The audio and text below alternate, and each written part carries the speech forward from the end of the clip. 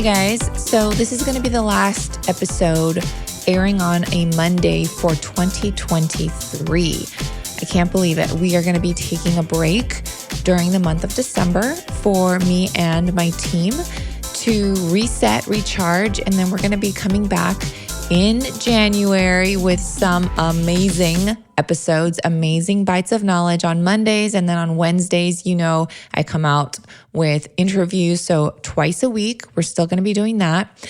But yeah, this is going to be the last bite of knowledge episode for the year. I can't believe it. So I can't wait to share. But instead of a bite of knowledge, I thought, you know what? Why not get a bite of Bethany again? And just wanted to share some thoughts as we go into Christmas or whatever holiday you guys celebrate, if you do celebrate, because it can be a little bit hard at times. And then also I thought, why not share some tips and some things that I'm personally working on that, I don't have to have it all figured out right now to be able to share with you guys. And I wanted to share just some things that I'm personally working on and it may help you. So without further ado, let's get into the episode. You guys know this already, but this is the Digest This podcast, and I'm your host, Bethany Cameron. I don't know about you, but for me, when it gets into the cooler months, I don't drink enough water and it's easy for me to get dehydrated. Like most people, we often drink less water in the fall and winter for a few reasons. First of all, it isn't hot like it is in the summer, so naturally our thirst for water goes down because we aren't sweating in the sun. But just because it's not hot doesn't mean we need less hydration. We need the same amount all year long. And in fact, we may actually need more in the wintertime because most of us are drinking more hot coffees, lattes, and teas, which can actually dehydrate you. Yes, you heard me. Caffeinated drinks like coffee and tea can dehydrate us. So for every 1 cup of coffee, we should be consuming 3 additional cups of water. Most people don't take that into consideration. It's just so easy to opt for a hot cup of joe rather than just water in the cooler months. I'm not saying you should stop enjoying your cup of joe for sure, right? I enjoy a cup of coffee myself. But what I am reminding you and myself is to drink extra water. Now, a trick for me to drink extra water is by adding 1 packet of Elements electrolytes into my Stanley cup. By doing this, it helps me not only stay hydrated, but I'm also getting my daily electrolyte needs. Sometimes it's not enough just to drink plain water, and we often need essential minerals to help balance out our body and stay hydrated. I personally stick with Elements raw unflavored version, which contains no sugar, no flavorings, no coloring, and no fillers. It contains a science-backed electrolyte ratio of salt, magnesium, and potassium, and their unflavored version has only those 3 ingredients. Other electrolyte drink mixes have added sugar, maltodextrin, dextrose, gums, and even added oils. Electrolytes are essential for our body to function, so you want to not only make sure you are getting them, but you are getting the best kind. There's also research to back that when you keep hydrated, there are lower risks of anxiety and depression in individuals. So at the very least, do it for your mental health. And it's a cheap way to prevent all sorts of other issues caused by dehydration. Element is formulated to help anyone with their electrolyte needs and is perfectly suited for those following a keto, low-carb, vegan, or paleo diet. And right now, Element is offering my listeners a free sample pack with any purchase. That's 8 single-serving packs free with any Element order. To get free packs, you must go to drinklmnt.com/digest to get this offer.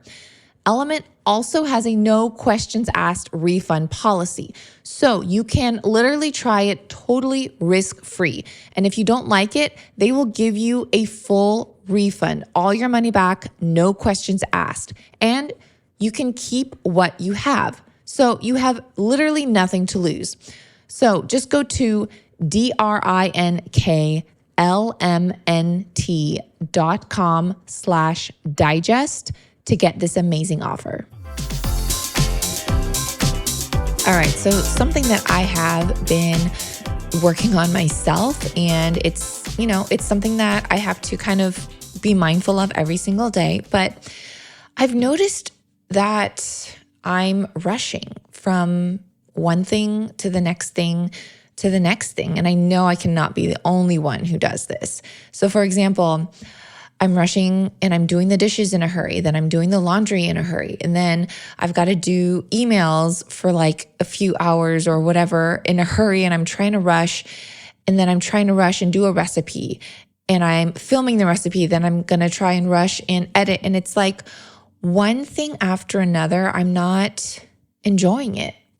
And to that point is I have been trying to enjoy everything that I am doing, whether that is actually something fun, like getting a coffee with a friend, or doing work, or making a recipe, because it got to the point where even the fun things like getting coffee with a friend, I wasn't enjoying it because I was looking at my watch, looking at the time, and I'm like, okay, well, I've got an hour, and then I've got to rush and go back to work, or rush and do this, and then I've got to make dinner. And even making dinner, it just wasn't enjoyable anymore because I was just rushing to do the next thing, to go and rush to wash my face, to go and rush and do X, Y, and Z. And I'm like, okay, Bethany, why not enjoy being with a friend and being present and slow down and enjoy doing the dishes and enjoy editing a recipe and enjoy writing up all these emails? And do you see what I'm saying? Like, I'm telling myself, slow down, enjoy the process, enjoy vacuuming, enjoy it. And don't be in such a rush to go to the next thing, because the next thing I'm going to be rushing to go to the next thing and then the next thing. And I really am trying to slow down, and doing all of this really makes me appreciate, first of all, everything in my life. So think about things in your life that you can appreciate that you have a vacuum to vacuum your floor. Appreciate you have a washer and dryer, if you do have one, to do your clothes and do your laundry. And just think about those things. So whatever you're doing in that moment, say, thank you, God, I have this to do it. Thank you, God, that I have a car to go pick my kids up from school. Thank you that I have a car to go run errands and all these things. And to be grateful and just appreciate all those things will kind of make you slow down. And also it'll help your digestion for reals. If you're just rushing from one thing to the next thing because you're like, dang, I got to eat in an hour, so I've got to do X, Y, and Z before. And like all these things just continue to rush through at least my head. And so that's just one thing that I'm currently, again, working on, because I know we all can be so busy, especially during the holidays. I don't know what it is, but I feel like we're extra busy during the holidays, where it should be the opposite. We should slow down during the holidays. We should not be in a rush to do X, Y, and Z. And to that point, again, try not to have expectations. Don't put expectations on yourself. And it's such a freeing thing to do that, because if we do put expectations, say, I've got to get presents for X, Y, and Z people and my coworkers and the neighbors, and do all the baking cookies and hand them out and do all these things, like, stop, because no one's expecting you to go the extra mile. Like, if you're that kind of person, that type A personality like I am, I want to do all the baking and hand out cookies to the neighbors and give all the little like gifts to all the people in my life. And it's like, wait a minute.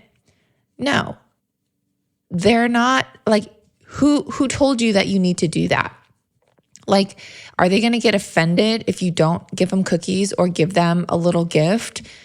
I mean, if they are, then that's their problem, first of all, right? And second of all, no, like they get it too. Are they giving you a gift, or are they giving like, and again, it's not like, oh, you gave me a gift, I have to give you a gift type of a thing. It's not about that. But all I'm saying is they're probably not maybe giving you a gift or cookies or whatever, because they're in the same boat you are. They're stressed, they're pressed for time, they have all these other things to do, and they can't worry about that, right? So they get it. That's what I'm trying to say. They understand if you're not giving them a gift or a plate of cookies or whatever the case may be, because they're in the same boat. If you want to just wish them a Merry Christmas, send them a card, the little things like that, just let them know that you're thinking of them, can really go a long way. So again, kind of going into the whole buying gifts and thinking about money and budget, so many people are strapped right now, and you don't have to feel obligated to get someone a gift. Sending them a card is a very cheap way to really let them know that you're thinking of them. And that can really go a long way, because honestly, we have so much. I'm thinking, what do I need really? Do I need anything? No. And if people give me something, I most likely don't need it, and it's just going to clutter my house. Not to say that I'm not appreciative. I'm, of course, always appreciative of gifts that people give me, and I love them, and it's such a fun thing to open a gift, of course. What I'm saying is that so many people these days, they really don't need anything. And what they really appreciate at the end of the day is you, and you thinking of them, giving them a quick phone call, spending time with someone. So don't feel like, man, I just can't afford all this stuff anymore, because y'all, like, it's getting pricey. I get it. Just spending time with them really, really goes a long way. And honestly, thinking back in my own childhood, there's maybe a few gifts that I do remember, but those gifts were meaningful. And they weren't just, they were thoughtful gifts, and I remember those gifts. But what I really remember are the traditions that my mom put, the time that she spent with me, just taking time to bake cookies together or bake a meal together, and just reading a book to me. Like things like that, I remember more than all these different gifts that I was given. And your children or your friends or your family members, they're gonna really appreciate that. And they're not gonna get offended if that's all you have to give. So anyways, I feel like I went on a tangent there, but something that has helped me in the past regarding eating with family and friends is because if you have digestive issues, or if you follow a certain diet and you know that, hey, look, if I eat this or that, it's going to really put me in a flare. And you, first of all, have to be open and honest with people in your surroundings and say, hey, look, this is going to set me back a week. I'm going to be in so much pain if I eat this. I can't do it. And first of all, if you're just open about it and say, look, I have this issue right now, I'm trying to figure it out. Thanks for not pushing this mac and cheese on me, or whatever the dish is, right? And they're going to be understanding. And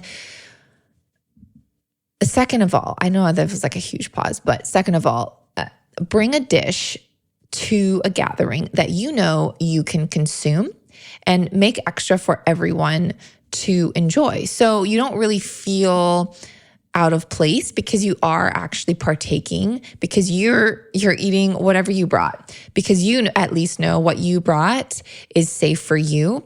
And it could be one dish, two dishes, three dishes, whatever you want to do.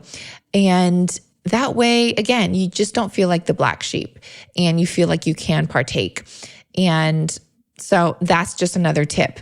If you don't feel like bringing a dish for everyone, this is when I was like in a really, really bad state. But I have actually I remember there was this one Christmas Eve because we would celebrate Christmas Eve on my dad's side.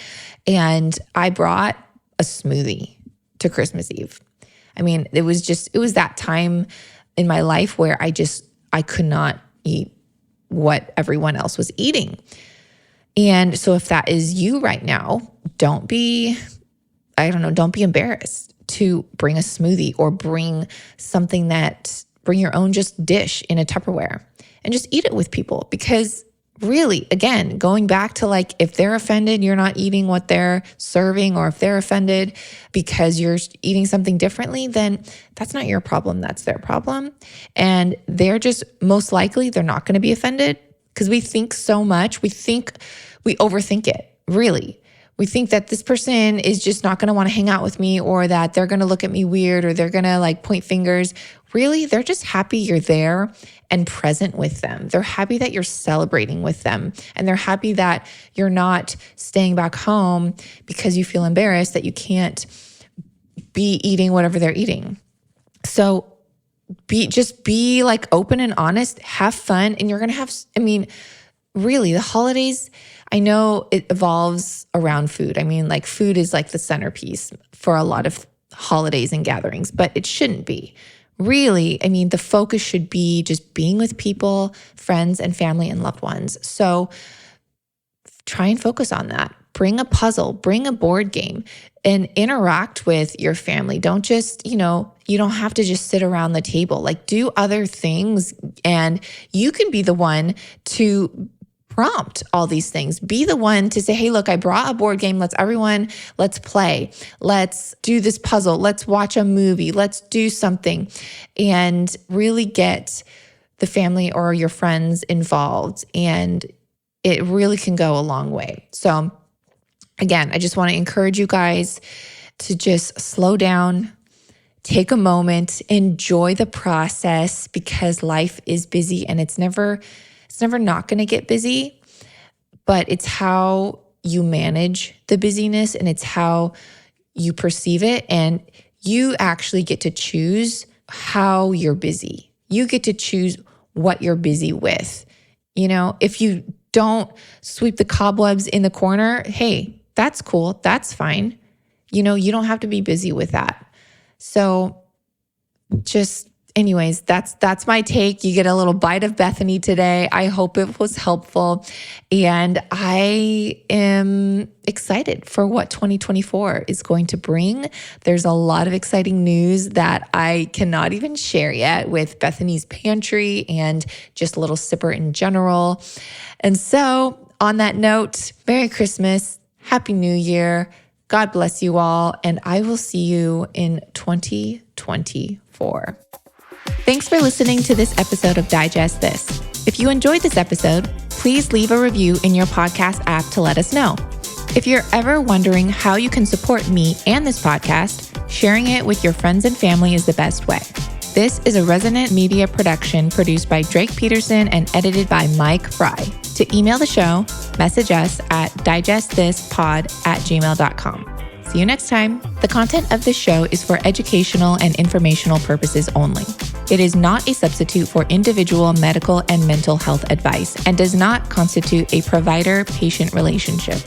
As always, talk to your doctor or health team first.